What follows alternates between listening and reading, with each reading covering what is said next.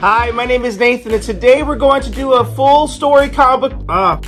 Hi, my name is Nathan, and today we're going to do a full story comic book review of Berserker, issues number 5 through 8, which is the second story arc, brought to you by Rated Comics. If this is your first time here, I'll put a card up top and link in description if you want to catch on with the series with Berserker issues number 1 through 4, the first story arc. Link in description if you wish to add any of the comic books to your comic book collection, support the art, support the industry. Not to mention timestamps will be in description if you want to go from issue to issue. Last but not least, if this is your first time here, don't forget to like the video and subscribe to this channel. It'll help Rated Comics to make more comic book reviews and comic book related content like this. Not to mention we do occasional comic book giveaways on this channel. We show you some love back. Anyways, with that being said, let's get into the content.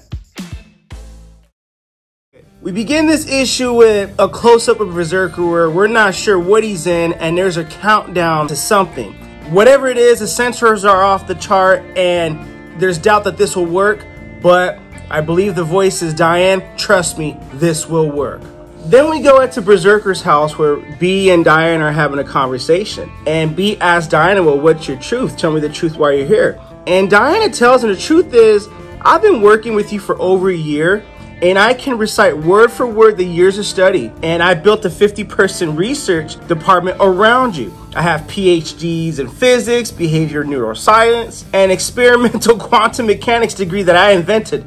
I turned down 2 Nobel Prizes because I didn't want attention being drawn to my research. So the truth is, I don't have a clue what to do next. B offers her a drink. She takes a drink, a Scotch neat, and she tells B, you remember being born. You basically tell me you're a god. You remember everything because they're trying to, dig into B's memory so he can figure out how to die because he's just lived and no matter what, he just cannot die. So she offers him an unconventional solution because he's an unconventional guy and she wants to connect with him in a different way, if you get my meaning. And B's like, okay, that sounds like a plan, but B's lived such a long life. I mean, I imagine he's had so much poom poom and or chon chon or whatever you want to call it, that it's just not about that anymore. He explains the idea that what music means to him. He tells Diana, you have any idea how much music I heard in my lifetime? At the end of the day, it's always the same. The beat, the rhythm, the lyrics. It's the same song over and over again. Every generation, every century has this different song, but it's always the same. The sound may be different, but the urge is universal. From the earliest primal beats until today, songs bring us together, a common purpose and a common desire. And we're wondering, okay, B, where are you going at with this? Diana asks him, well, so it's love. You haven't searched for love. Is that why you want to die, so you can love again? And B is like, look, who says I haven't loved? It's getting late. I'll see you tomorrow. That's what Diana tells B. And B's like, look, I hope this helped tonight. And she's like, yeah, I think it did. We go into the lab. He apologized for last night. And she's like, look, in the name of research, I live for information that I can't discover in the lab. So B's like, so you didn't want to? She's like, look, I wanted to connect. Whatever that means for you, the more you reveal, the more I can understand about you. And based that you have a perfect memory and we need to go into that memory. It's just that your memory is suppressed for living so long. We got to dig it up and see if we can find something that can, that can end you. Because that's what you want to do is ultimately end. But keep in mind at the same time, the government wants to use B or his genetics so they can make an army of human soldiers. So she gives him a drink to help him relax. He puts some tubes in his head and she gets to work. She tells B to relax. Last night was the primer. Time to light it up. I'll just focus on my voice, relax, take a deep breath, let it out, talk to me about it. So we go into another flashback of almost 80,000 years ago where B recalls his first love. He's in the pond. There's a bear. He's washing his face. He sees the girl like, hey girl, hey, my first love. And she's shocked because there's a bear there and B's eyes lit up blue and the bear's like, what? No, I don't want none of that. And back in those days, this one was looking at him like, alpha. So B says he was young and far from home, years from home. And if he showed his true nature in front of the girl's tribe, it was not well received. So he got her pregnant and we see her pushing the baby out. And then also because of his nature, it ended painfully with horses chained up to his arms and legs and pulling them apart. And he sees the baby born, but the baby doesn't look like it's in perfect health. and his head gets decapitated. He never saw the child, but later he knew of the child's fate. It was born dead. Another loved one came about. After that one, same thing happened. Then he figured he stopped asking questions and tried to stop figuring out his purpose, and he just went on an orgy with other women, but even that just didn't have no meaning to him. It took him years of making that what he called mistake of falling in love, these women growing old, having babies that can't be born alive or that are stillborn or whatever it was. It was just impossible for him to figure out his purpose. And as he goes into different eras, he falls in love with different women.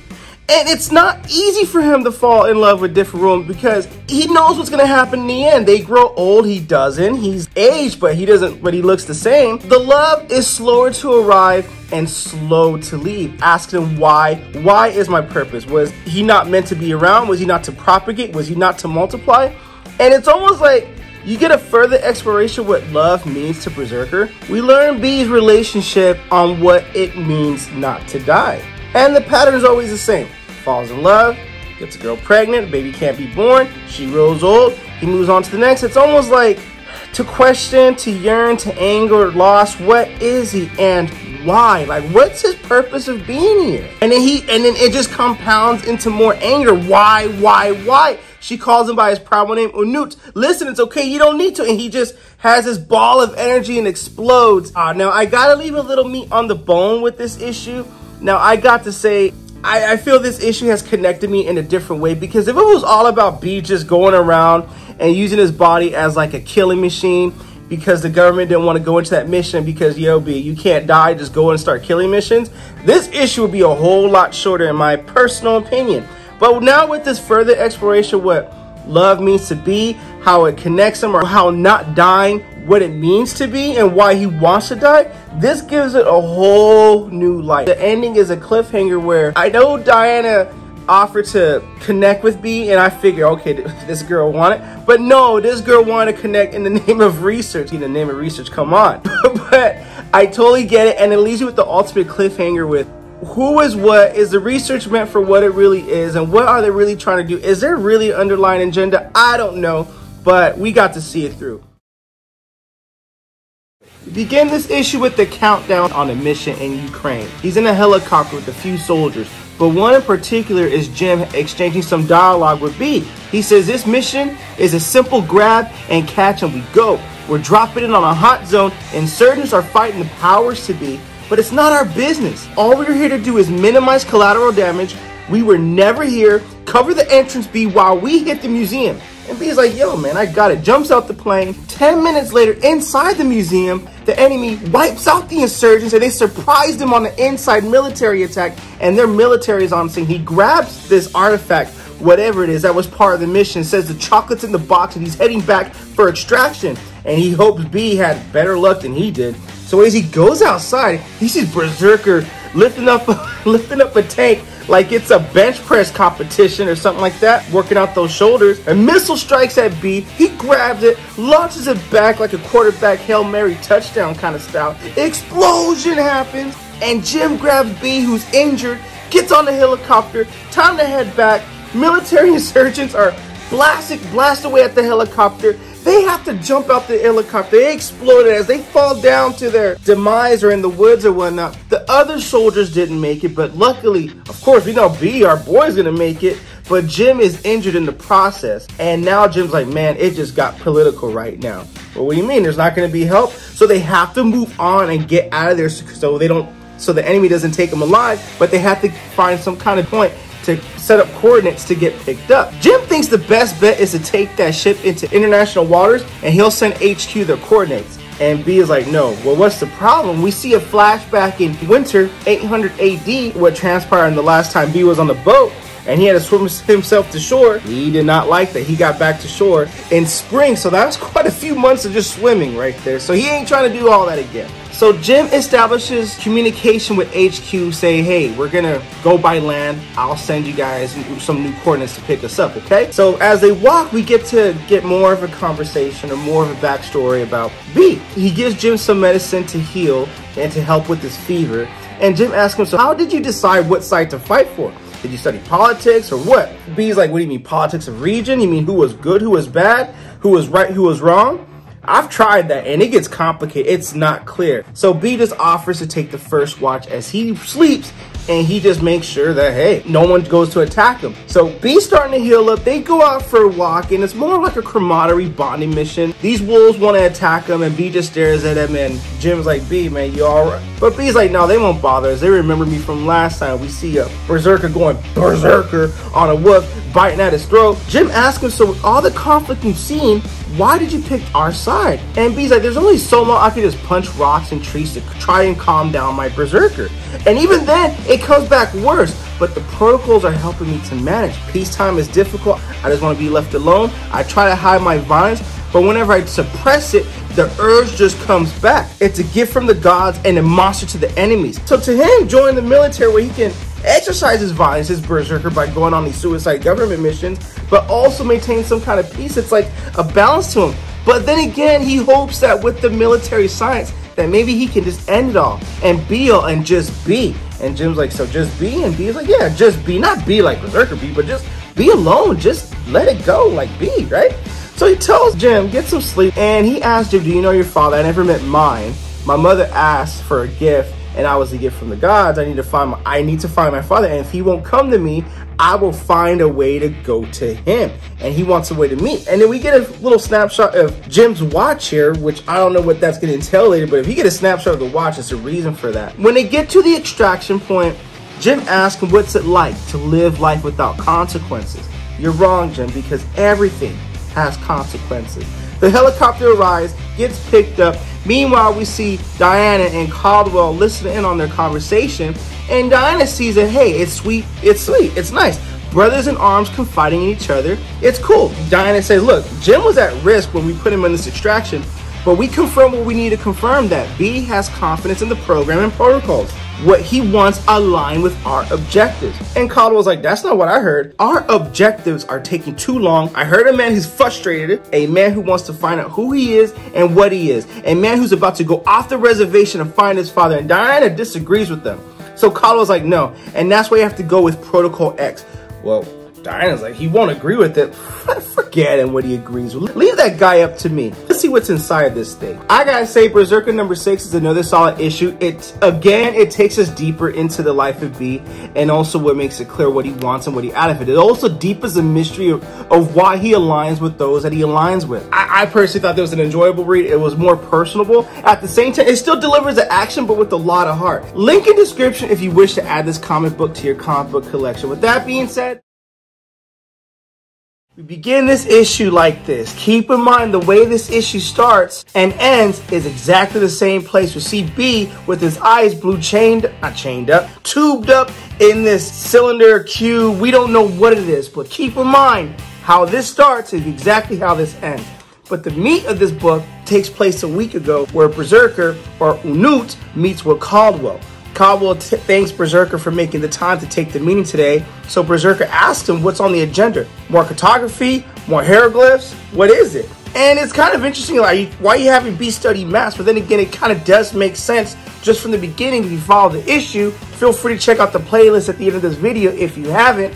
Follow the issue if you want to get caught up. How B has lived such a long time back in the BC era. It might make sense later why he's studying maps and arts and symbols and stuff. So Caldwell tells Berserker that you and Kiever did well in the last mission, getting this artifact right here. So Berserker's like, well, what are you going to do with this? And he's like, I'm glad you asked, so I'm going to tell you a little bit about this item. In 2010, it found its way into the museum you rated by weight of arms dealers looking to launder their millions. Buying up antiques, they had no idea what they had. And before that, in 1944, it was part of a priceless cache liberated from the Nazis. And one thing I do love, before I go any further with this, is that this book goes into an explanation of this artifact and the truth behind Berserker, or at least a little bit more into it and where this issue can lead. But the backstory of this is awesome. Now, as being part of a priceless cache liberated from the Nazis, they were also overrun by the Russians. Just one of the many priceless artifacts. And in 1944, I love how every panel shows a piece of this artifact dating how far back it goes. It was looted by the Nazis during World War II, and after spending hundreds of years trading hands in the marketplaces, across the Mediterranean, which is in the 1700s. Back in 1453, it was lost in battle by a long line of warriors who belonged to a secret cabal. Not cable, cabal. A cabal that protected, served, and believed in its power. Who does cable nowadays? It's all about Netflix, Amazon Prime, and HBO Max, in my opinion, but that's another story right there. Then back in 750 BC and 760 BC, it was acquired from a shadow caravan that crossed the Sahara from the great Nubian capital Napata in southern Egypt, where they believe they can exploit the technology and rituals ancient and unknown. 1026 BC, rituals they learned from ancient texts lost in the fire of Alexandria and stolen centuries earlier from the original owner, which we see this Babylonian warrior who was presented with the king going ham in war, but we see the artifact around his neck. After finding it on the battlefield a year earlier, I'm sure you remember the Battle of Babylonia afterward, Berserker, because you were there, Unut. You were there slashing, crashing, putting, going to ham. And then we see this moment where Berserker gets his hand cut off during battle, but he still goes to work.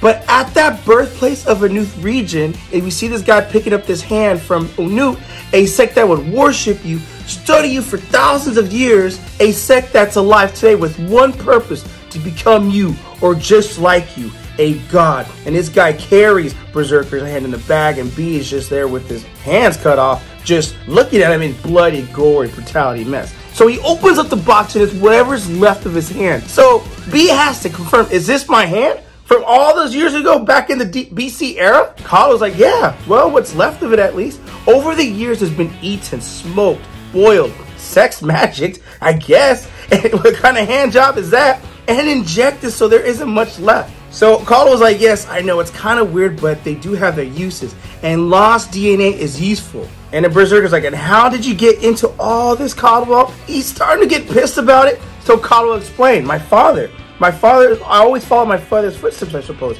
He was an archaeologist with a ferociously encyclopedic mind. And we get the flashback of him and his father right there. And you could tell the tension keeps building in this speech. And the fact that Unut doesn't see through him with this tension, I believe it shows how bad he wants his mortality back after living all those years. Unut notices, okay, now it explains all your artifacts in this office, right? And I mean, you collect. And he's like, yeah, that's my life's work. The reason they hired me, I will stop at nothing to gain knowledge about you. And if you go into a flashback past of the younger Caldwell killing other people who I believe had looked for Unut, or members of what amounts to a secret society that he's part of, or probably him getting closer to finding out who Unut is. But whatever it is, he has a very dark past. And with this tension, this just confirms it. But because B wants his mortality back so bad, he just can't seem to understand it or can't seem to see it. And he ends with, they need what I know, and I need their resources. Berserker's like, okay, so you're my biggest fan. How does that help me? Oh, you're such a tease, but what you don't know is we use everything from amino acid racemization and serialization, everything relative dating to place every fragment of you that we found in both space and time. With that information, we're able to triangulate your locations and movements. Technology has migrated across continents and civilizations over thousands of years because of you. So Caldwell asked you, do you know what caused the survival of technology after the disappearance of civilizations? You, beyond war, beyond conflict, you spread knowledge, technology. You know this deep inside. You know what your purpose is, don't you? And Berserker's like, I don't know if I like the sound of this. And he gets a flashback of going primal on the Sabretooth in the very cold of winter. So Caldwell continues to elaborate. You can kill an army with your bare hands, but that isn't your real power. These carvings, no one can read them but you. I wasn't everywhere. I don't know everything, says Unut. You lived through younger, direst period 12,000 years ago when the earth cooled. It's a hopeless historical blind spot. Tell me, B, what was that lost civilization like? And it just goes into another flashback of him and that Sabretooth. And from what it looks like, I would say it was pretty savage. I mean, tell me how savage it was without telling me how savage it was. That's how savage it was from what it looks like. Or the Olmecs, rumored to have telepathy. All theories, but if you were there, you would know. And it shows a flashback of B and the Olmecs, and he's like, I promise I wouldn't talk about it out loud. Oh, you're screwing with me, Berserker. And B's like, and you're not helping me. You do understand that information is power, right? but there is information you want that neither of us have. Power that we both lack. We have Protocol X, which was highlighted in the previous issue. So Berserker's like, what is Protocol X? Well, it's designed to put your mind and body under intense pressure. You have perfect memory, but you aren't a GPS. You remember what happened, but you don't always know where. You understand time must have slowed, like a slow crawl for you. And Berserker's like, yeah, it almost feels like a standstill because I lived almost like forever. He's like, yeah, you are a glacier, slowly transforming everything around you. But you are changing as well. With Protocol X, we can push that further, potentially discovering the place you were created. Or born. Yes, your birthplace. If we can find that place, we can give you mortality. We can set you free. So Caldwell goes to the map and he talks about, I've been trying to triangulate your mother's position where she took that cocktail that conjured you up and the totem that was lost, that totem that can give you mortality. Protocol X might be a way to find your answers and our answers too. And Berserker's like, why do you call it Protocol X? Why? I'll tell you why. And I love this panel right here where it shows him because X marks the spot. When we see the X in the Mojave Desert, and this panel right here clearly illustrates that Berserker is buried deep underground in this cube, undergoing Protocol X. The spot where we dig a hole and bury you 2 miles deep with no way out. Then we see what happens. And then we go back to the panel where we start off with issue number 1 and it ends in the same place except the countdown being number 1. I believe it's going to be something about, before we give your mortality, we want to know more about you, want to know everything. Or are they even going to give Berserker his mortality at all? Which to me, that's one of the most interesting ideas in this book. I believe it makes a lot of sense. I mean, if a person like Anew existed, there would be a whole schools of belief based on him and his exploits, entire sections worldwide, or at least the ones that know about him, devoted to him, studying him, wanting to learn about him, want to know everything they can about him. Now, usually Berserker is a comic that I love, the gory brutality that was just over the top, but I do love how this issue, it could have easily got carried away with exposition and dialogue and explanation of what's going on. But you know what? We still get a taste of that horror brutality that is the essence of Berserker, in my personal opinion. But you can comment below, let me know what your thoughts on that. Link in description if you wish to add this comic book to your comic book collection. I can't wait till this gets translated into a film or television series. We begin this issue with B inside of Protocol X. The box Caldwell put him in, well, B went in there voluntarily, of course, 2 miles deep into the ground to dig into B's memories of his origins and to pinpoint where exactly he was conceived in, or what cave he was conceived in. In the previous issue, it's established that B has a really good memory. Awesome memory. He remembers events, but not the exact time of the events. Come on, when you live for 80,000 years, it's got to be a challenge to remember what happened 1,000 years ago. Heck, I even have a hard time remembering what I had for breakfast later on in the day. Some of you have that challenge too, but mostly it's coffee and a few snacks or something like that just to get the day going. And I am a coffee junkie, so if any of you guys want to buy me a cup of coffee, link in description, I'll give you guys a shout out. But going back to the review, as B gets more intense energy blasts while they're going back into his memory, energy emissions get more intense to where energy emits 2 miles deep out to the surface. The team has to fall back and retreat because there's no telling how much damage it's going to cause.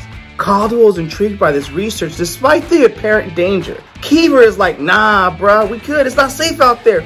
We've got to pull all our men back. Caldwell wants to see this with his own 2 eyes and tells Diana to get ready. Diana's like, what? Really? Get ready for this is too much. The black energy line that B is knowingly or unknowingly from this intense procedure called Protocol X zigs and zags and weaves to their vehicle. It looks to latch on to Keever, then bypasses him for Diana as we see her take it in. That panel doesn't look like she's in pain from it. Perhaps it happened so quick there was just no time to react to it. When Keever and Caldwell look out, all seems to be calm and restored. Then boom, another explosion of energy happens from 2 miles deep, creating a crater in the earth. That looks pretty awesome right there.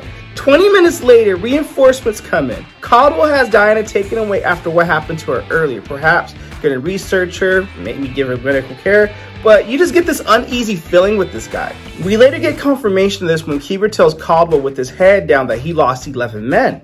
You can tell he's feeling bad about it. Caldwell coldly reminds him that we all know the risks. Keever's like, we know the risk on the field up, but this, the WTF is this? Caldwell explains that this is evolution of humanity, Keever, hinting that this is where we are looking to find out B's true origins. Really? A 2-mile crater in the earth is an evolution of humanity, B's true origins? I mean, alright, bruh. This could be more intriguing or not. So we got to stick around for the ride. I mean, I'm kind of digging it, but it's also like, where are we going with this too? Which is what's keeping me on edge here. As the helicopter lands, they both climb down to extract B from the box. Caldwell then proceeds to tell Keever that his thinking is too narrow. If he doesn't see the big picture, this operation is beyond your purview, which is why Caldwell says that this is the reason he is here. He pushes some buttons, a code to open the box, and I love Keever's clapback. Come back to Caldwell. Is this still in your purview, bro? The box is empty where B is supposed to be. It may be the first time Caldwell has his foot in his own mouth and he doesn't know what happens next, or what's gonna happen next, or how to explain this one. In this panel, we get a flashback as we go back further and further in time, from 5,000 years ago, 10,000 years ago, as Earth climate changes with the times, 20, 30, 40,000 years ago. 60,000 years ago, B is standing at the cave where he was birthed at. Then 8,000 years ago, we see his mother with the lightning strike energy foreplay without the foreplay quickness, or with the foreplay quickness. Then at 80,000 years and 5 minutes ago, darkness. We'll continue back with the flashbacks with 80,000 years ago and minutes, 5 minutes ago, 6 minutes ago, all going back to 80,000 years ago. Now we're going to see where this burst of energy is originating from. Now we get to 90, 100, and 200,000 years ago, we see B as energy form. I'm not sure if this is illustrating that B originated from outside of time and space, since we're going back 20,000 years ago, before being inside of his mom's uterus. I also do recall from school, I mean, I did fall asleep sometimes in class, but you shouldn't fall asleep in class. Take that as you will. I'm not advocating that, but who hasn't done it? Outer space has got to be billions of light years in terms of distance, and the galaxy being so large, how can we possibly explore all of it? Very interesting that this flashback ends with 400,000 years ago. Now in present time, we see Caldwell talking to a spear and looking at video footage of 41 frames, and then frame 42 where Berserker just automatically disappears. Unut disappears. The result of Protocol X, it could be perceived as a negative result, but Caldwell is looking at it differently. The spear is like, are you telling me we lost our best asset? That's what the spear is looking at. He's like, no, I want to assure you that the result does fall within the parameters and the scope of the research and projections. The spear doesn't see it that way. He sees it as the asset being lost. Caldwell's like, no, let me rephrase it. He's just not here. Unacceptable results. The sphere is not having it, but Caldwell breaks it down even further. Unut's disappearance is not a step backward, it is a giant step forward. They're on the precipice of looking at a new frontier. Unut unleashed a new energy with this new sample of hypercomputer that should theoretically be able to synthesize B's novel amino acids. The clones, he walks by some clones, may potentially be able to bring them viable. And Unut's synthesized self-regeneration blood is a non-atopic, and eventually animate an Unut semblance. So in other words, he feels they got enough data to continue on with making other berserkers for the government to fulfill their mission. And also Caldwell ends with, they have data and theories, and his best guess really is that Project B has breached the quantum realm and is currently, maybe temporarily lost him, but he tethered a link that they can exploit, a link that can reach through time and space. Exploiting B to make first contact was always one of the goals, finding out B's true origins, which just makes sense. Have they succeeded? He believes so. Now we see B going back 1 million years ago and 2 million years ago. And we just see B in this quantum realm in darkness asking for his father, which is very interesting. I mean, this is definitely taking a left shift where we start off with this book and being brutal AF. Now we're going back into B's origins. So we end this issue with Caldwell believes they haven't lost their chance of making first contact with B. He's built a radio to start a conversation with it. And he opens up this capsule and we see Diana's inside. And he asks her, Diana, can you hear me? As she opens her eyes, and that's where we end this issue to be continued. And I believe this is the end of the story arc of Berserker. My thoughts, I mean, the way the direction is going, I'm still intrigued by it. I personally thought the brutality and the John Wick on steroids with B was just what drew me in. But as you get more invested with the story, I am more invested to see see what's going on. I mean, I'm already 2/3 into the book, 8 issues in. This is a 12 issue series. I gotta finish it through to see how this story ends, but I think I kind of dig it. But we'll see where this goes and what the direction it goes. And for all we know, there could be a plot twist in all this. Comment below, let me know what you guys' thoughts are. Link in description if you wish to add this comic book to your comic book collection. That being said, Berserker, issue number 8. What you guys think of the comic book? Comment below, let me know. And also, if you like the content we're throwing up, you know what to do. Don't be shy and don't be stingy. Here at Rated Comics, we do awesome comic book reviews, comic book related content with the occasional comic book giveaway. Thanks again for watching. Until next time.